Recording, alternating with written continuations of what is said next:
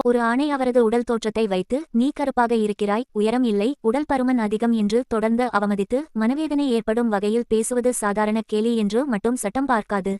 அந்த வார்த்தைகள் ஒருவரின் மனநிலையை பாதிக்கும் அளவிற்கு இருந்தால் அது மன அழுத்தம் மற்றும் மனக்கொடுமை மென்டல் குரூவல்டி என கருதப்படும் வாய்ப்பு உள்ளது.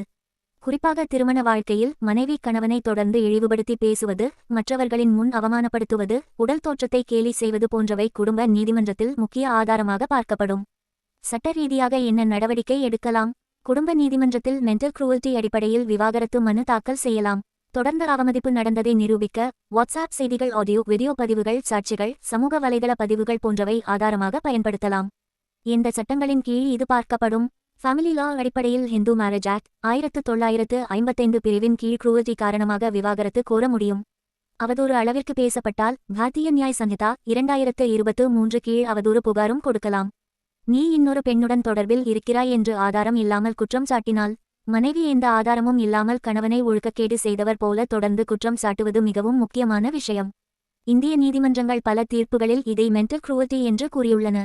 இதனால் என்ன நடக்கலாம்? கணவன் குடும்ப நீதிமன்றத்தில் விவாகரத்து மனவேதனை காரணமாக நஷ்டஈடு அவதூறு நடவடிக்கை கோரலாம். எந்த சட்ட அடிப்படையில்? ஹிந்து மேரேஜ் ஆக்ட் 1955 பாரதிய நியாய் சங்கிதா 2023 நேரடியாக சிறை தண்டனை கிடைக்குமா?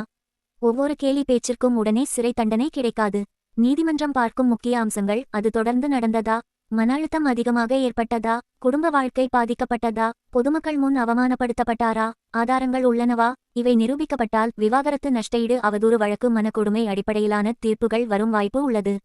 ஒரு மூத்த வழக்கறிஞரின் பார்வையில் திருமணம் என்பது ஒருவரின் மனதையும் மரியாதையையும் பாதுகாக்க வேண்டிய உறவு. கணவன் அல்லது மனைவி யார் இருந்தாலும் உடல் தோற்றம், நிறம், உயரம், உடல் அமைப்பு போன்றவற்றை வைத்து தொடர்ந்து இழிவுபடுத்துவது சட்டத்தில் சாதாரண நகைச்சுவை அல்ல. அது மன அழுத்தமாகவும் குடும்ப வாழ்க்கையை சீர்குலைக்கும் மனக்கொடுமையாகவும் நீதிமன்றம் பார்க்கும்.